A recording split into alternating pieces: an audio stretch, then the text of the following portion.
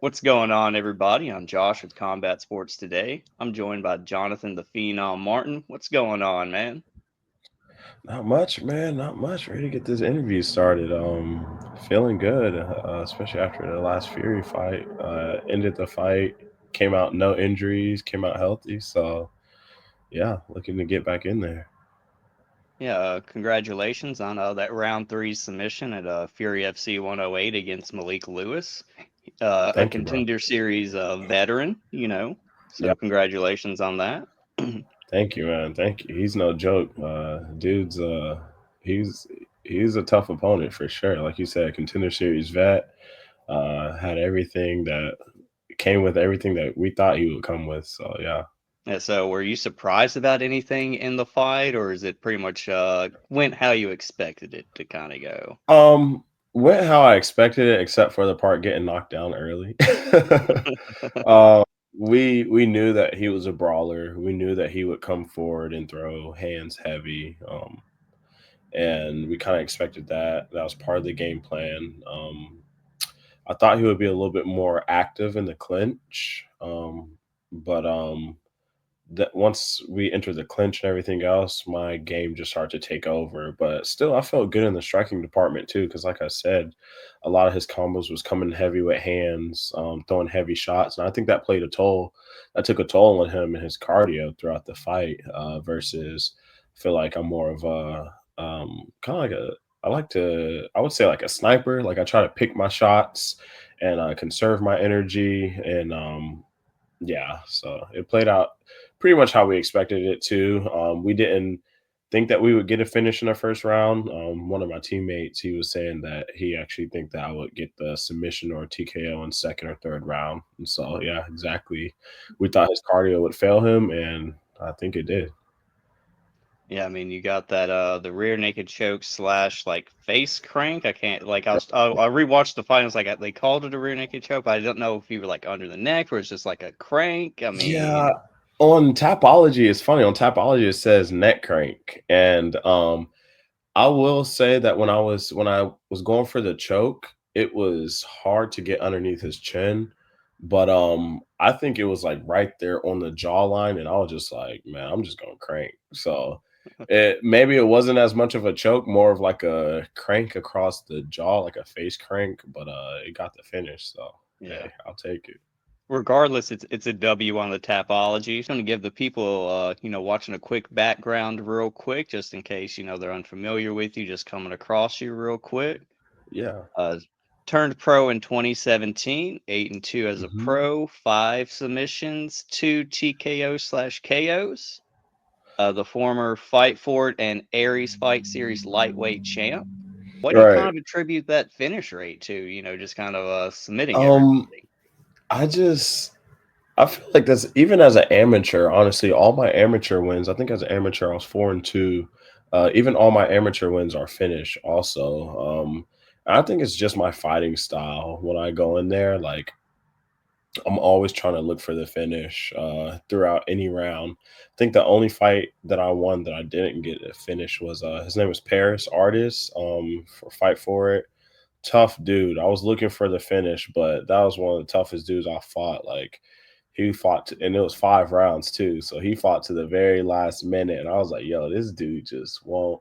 Early in the fifth round, I got a knockdown, and I was like, "Okay, here's the finish." But he came back, he bounced back, and gave me a run for my money. But even though that fight, I was still pretty dominant.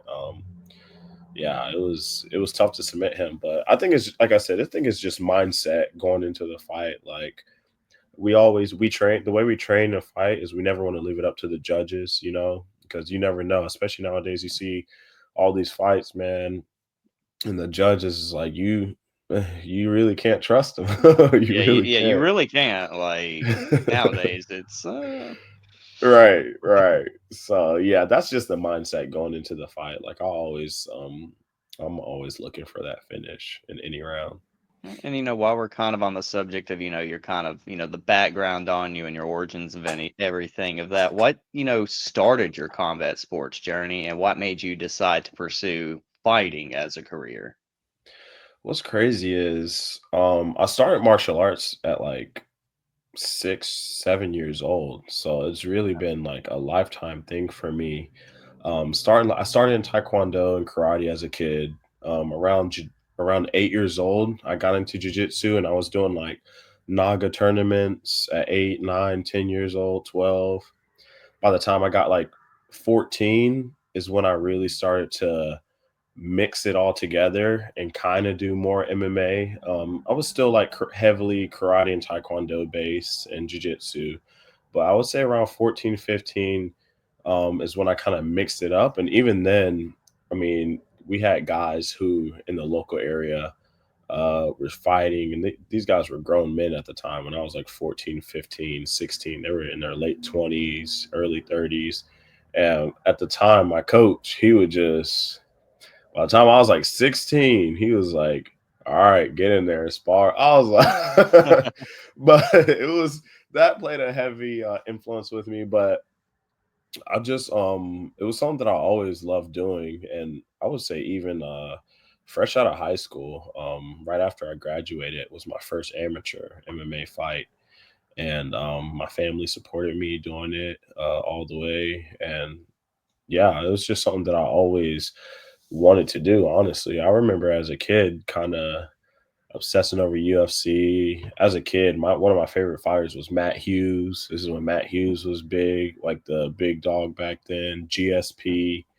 Um, and then when I got my teenage years, that's when John Jones started to take over, and I was like, man, just watching these guys, like this is what I want to do. It was like no question about it, and it just kind of played into it. And just kind of snowballed from there. And Right, here you are now, making right. your way close to it on the cusp of, the biggest stage of mixed Yeah, martial arts. yeah, man. That's the goal. That's the goal. So, kind of telling into that, you had 3 fights in 2024, and so far you've only had 1 fight this year in 2025. When would you like to get back in there, or is there anything that you can tell us or hint at that you have in the works right now? There's something that I asked for in December in Fury this year. It's not official yet. If we do get it, it'll be a really good. It'll be a really good fight. We're looking at December, trying to get back with Fury. If there's another opportunity that opens up, on Contender Series, I'd love to do that. But right now, it's just kind of waiting and seeing if anything opens up. But probably maybe one more this year in Houston for Fury. I get, just trying to get, fish out some more hints on that. Is that, possibly adding that FuryFC belt to that collection of Possibly, hardware you possibly. have going there? All right, possibly. That's the goal. That's the goal. That's what I'm hoping for. I'd like that fight.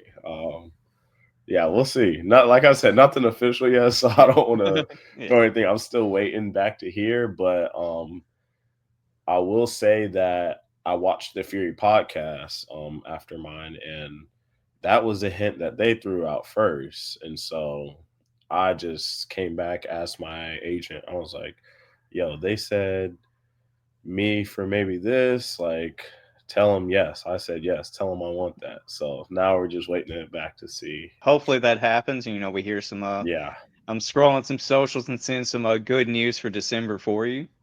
right, right, exactly. You alluded to the Contender Series, because it's going on currently. What Yeah, is your ideal path into the UFC?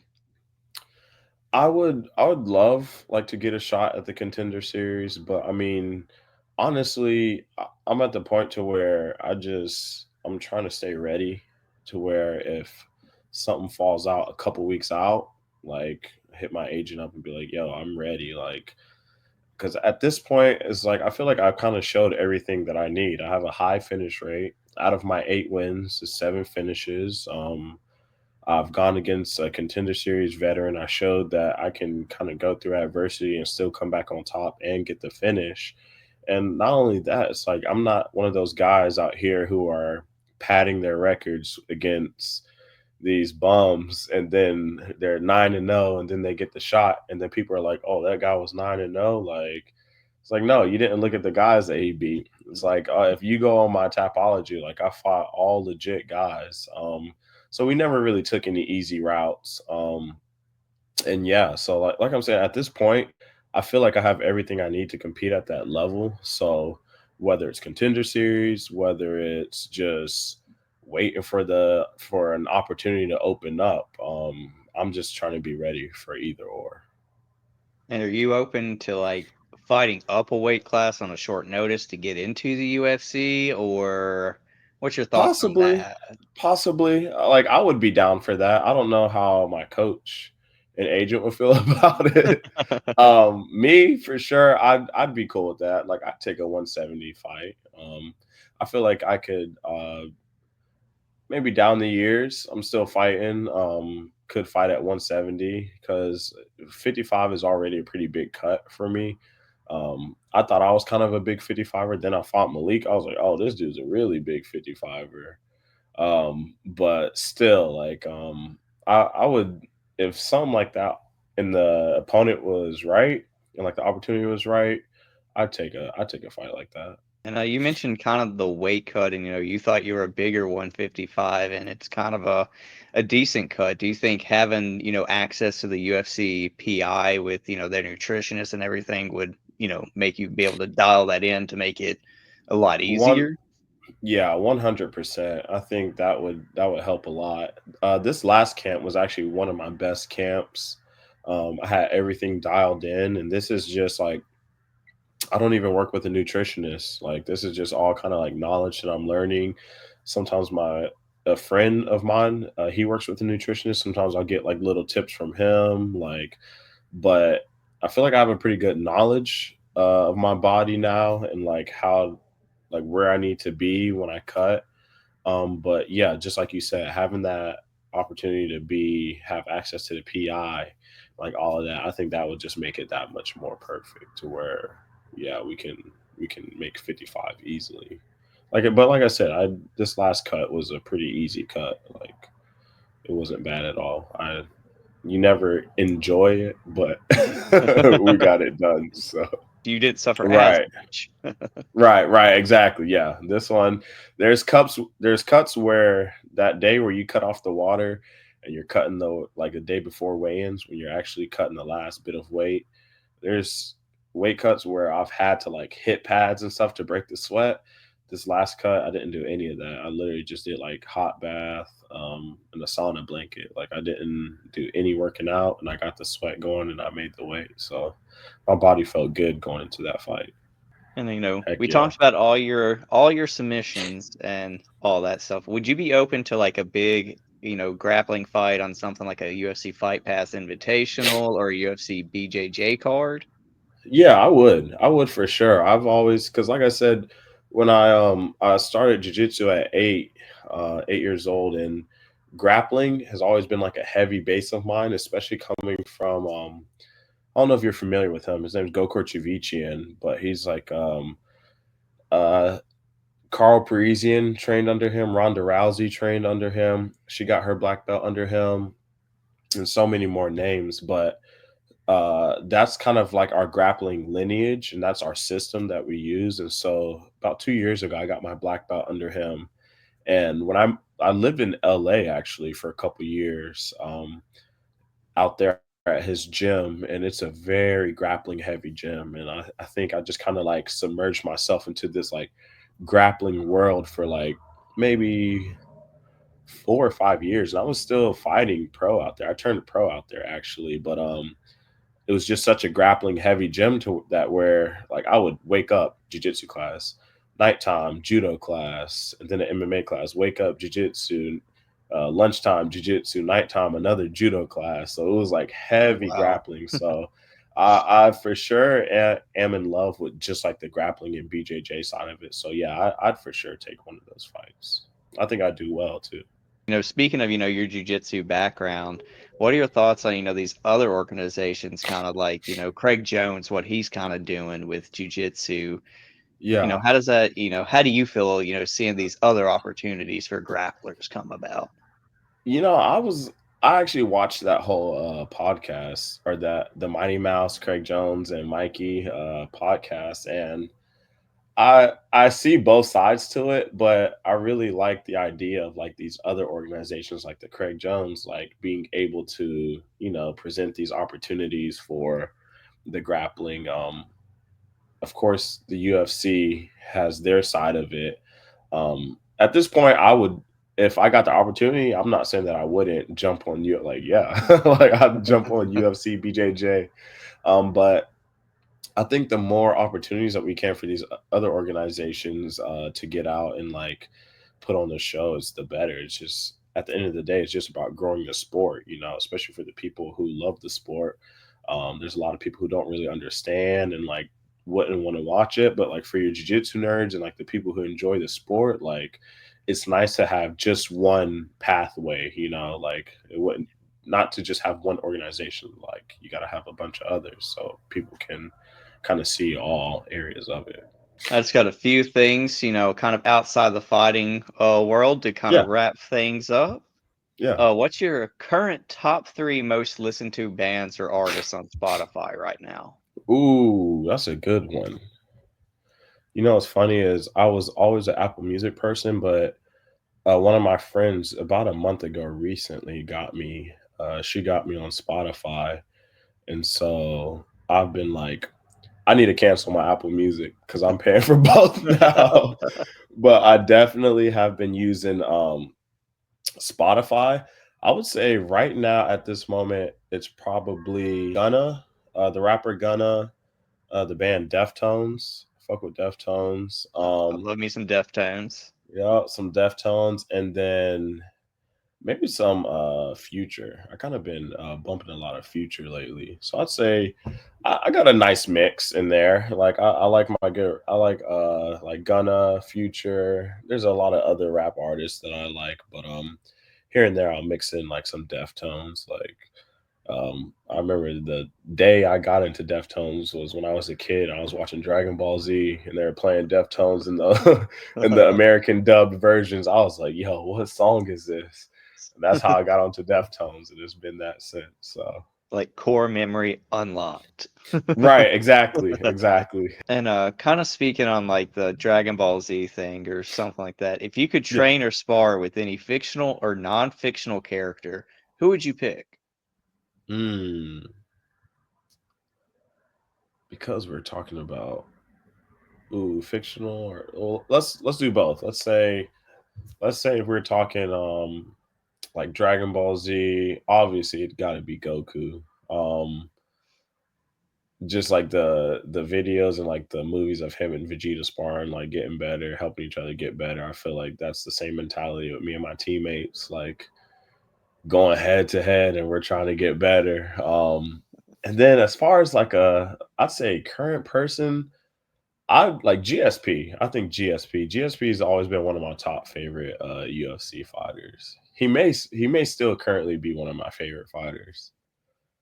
Those are pretty solid. GSP is definitely on like the Mount Rushmore of Yeah, MMA, like for sure, and Goku is like on the Mount yeah, Rushmore of like anime and like right. fictional fighters. So, two Everyone two makes him good ones. OP. Yeah. Like, What is the one food that you miss the most during camp and your weight cut? ooh, mm, maybe pizza. Maybe pizza or a nice burger that I don't really be messing. Pizza for sure. I don't mess with in fight camp. There's some people that like, oh yeah, you can make a clean version. I was like, bro, I don't even like to test. I don't even like to tease myself like that. Like, nah, I'm good. Maybe pizza. I'd say pizza. Uh, I'd crave it like after the fight. That's one of the things I'd like to go get pizza right after the fight, which is crazy though, because after this fight, bro, I didn't even want to eat. Like I just went back to the hotel room. I was like, man, like we did that. We didn't go out, nothing. Just kind of like decompress and like let everything kind of settle, and it was nice. So this fight camp, I didn't, but definitely by the time I got back home here in Charlotte, I did get some pizza.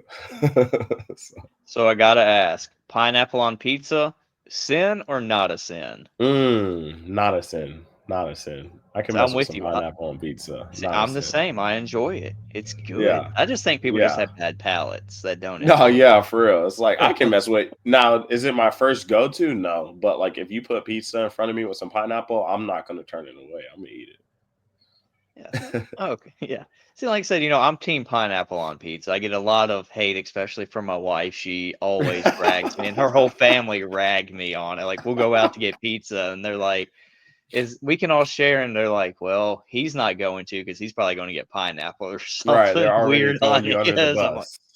That's messed like, up. sorry, I got a sophisticated palate, guys. Yeah, nah, that's messed up.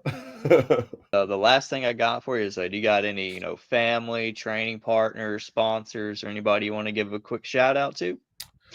Really just my fam at Carolina Combat Sports, the gym that I train at. A lot of my sponsors come from there. All my teammates help me, and really, it's like my family. It's my training facility, my team, and a lot of my sponsors come from there. So I think that's a good home that I have. Is like it's kind of everything in one. So everyone at Carolina Combat here in Indian Trail, North Carolina, I gotta shout out them because without them, this win wouldn't have been able to happen. So yeah, Again, appreciate your time on this of course, Sunday, and bro. we're hoping to look forward to some good news for you Right? come in December.